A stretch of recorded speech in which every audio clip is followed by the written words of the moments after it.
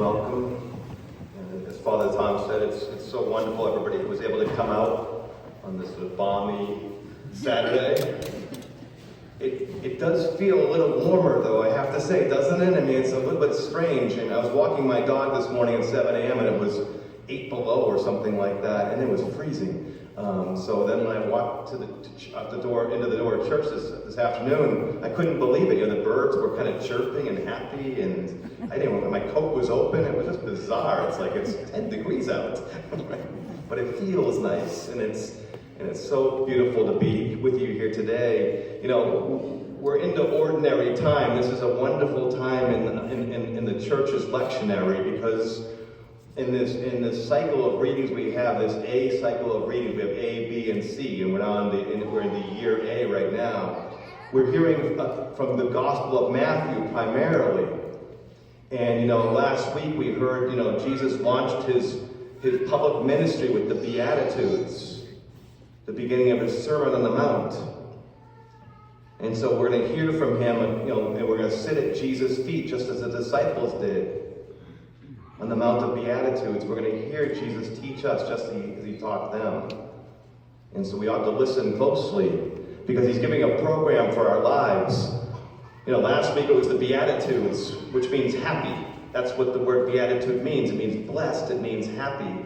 And Jesus was giving us a program for what it means to have a happy life. And then I think today what he's doing is he's doing something a little bit beyond that. It's kind of like when we think about the two great commandments, right? To love the Lord our God with all of our heart, mind, soul, and strength. And then to love our neighbor as ourselves. Last week we heard the first part with the Beatitudes.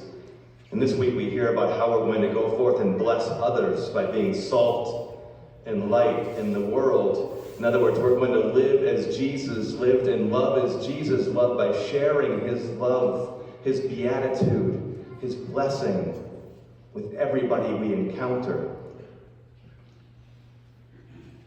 And that sounds great, but then the question is, how do I do that? Well, you know, we hear in the first reading from Isaiah. So some practical tips. Isaiah says, you know, feed the hungry, clothe those without clothing, shelter the homeless. Timeless truths. And in fact, if you look at Matthew 25, Jesus announces those as the corporal acts of mercy. Those ways in which we love people in a very, very practical way. With the love God has for us and for them. And you know, as I was reflecting on these readings, I thought so much about all of the sad things and all about the horrible things that have happened on the South Shore in the past few weeks. You know, and a lot of these things really find their source in mental and emotional difficulties that people are going through. And it seems that even beyond those, that there really is an epidemic of people that are just struggling with their mental health. I think we all have known people in our lives, and maybe some of us have struggled too.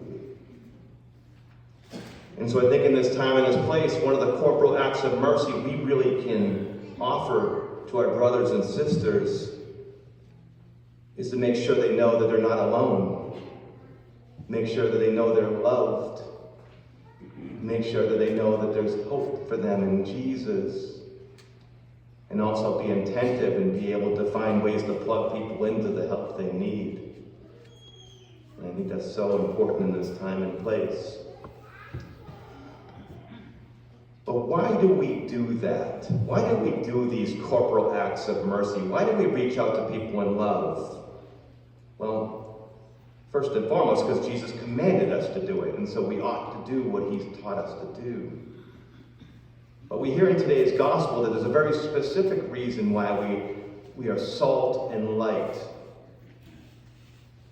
And so that people will see our good deeds, people will see our acts of love and mercy and do what? Say, wow, Deacon Matt is awesome. He's really holy and pious and charitable. I want to be just like him. Nope. Heaven forbid you come to that conclusion. No. And so that they will see your good deeds and give glory to your Father. Ultimately, it's about evangelization. We evangelize with our lives. We share God's love and his mercy with others, and we let them know why we're sharing it. We're sharing it in the name of Jesus. Why? So that perhaps they might see our good works and say, you know what? I want to draw close to him too. It reminds me of that wonderful maxim from St. Francis of Assisi: preach the gospel everywhere, use words when necessary. And I think so often it's not necessary because people see our lives and they see the light of Jesus shining through us, and it's supernatural and it draws them in. But it doesn't draw them into us. It draws them kind of in us and then past us to the cross. And you know, I entitled this sermon, The Light of the Cross. And you might say, well, he hasn't talked a lot about the cross yet. But you know what? That's the center of everything. Because it's hard to live in that countercultural way. It's hard to be a person who's constantly giving themselves to others. Especially when sometimes we feel like, hey, we're not getting anything in return. We're not getting any recognition. Nobody noticed what I did. I want to be noticed. I want to be thanked. I want to be appreciated. But again, it's all about Jesus and drawing people to him, not to us. And so the place where we find our strength to go forward in this countercultural way, in this radical way of life, of love for others, selfless, self-giving love for everyone we meet, our loved ones, our family for sure, but even those we don't like very much, and maybe don't like us. But the source of that is in a very specific place, in one place only, the cross of Jesus. For I resolved to know nothing while I was with you, says St. Paul, but Jesus Christ and his death on the cross. Wow. Why? He said, because the cross is the source of my strength and my power and my courage. He says, I'm weak, but he is strong.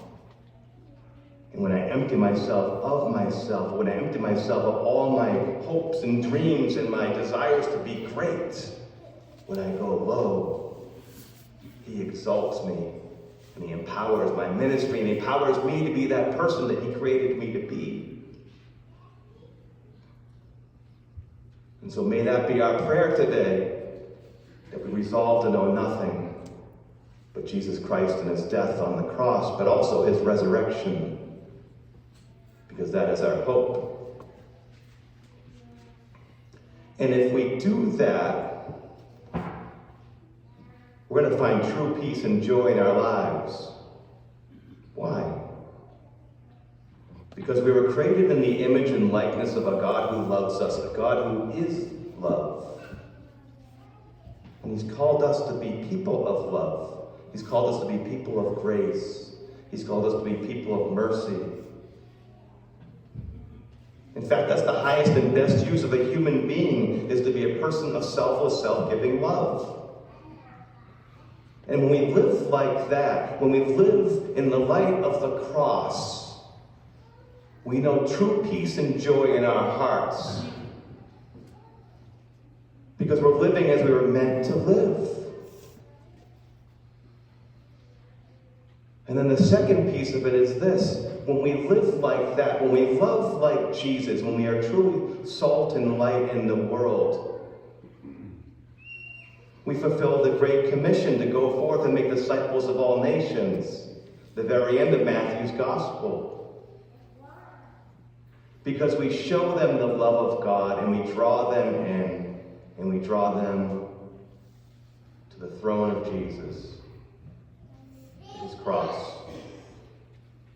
where people see in most vivid terms how much they are loved, and that they are never alone. And if we do those things, we will truly be salt and light in the world, because we will be, in a very real way, the love of Jesus to everyone we encounter.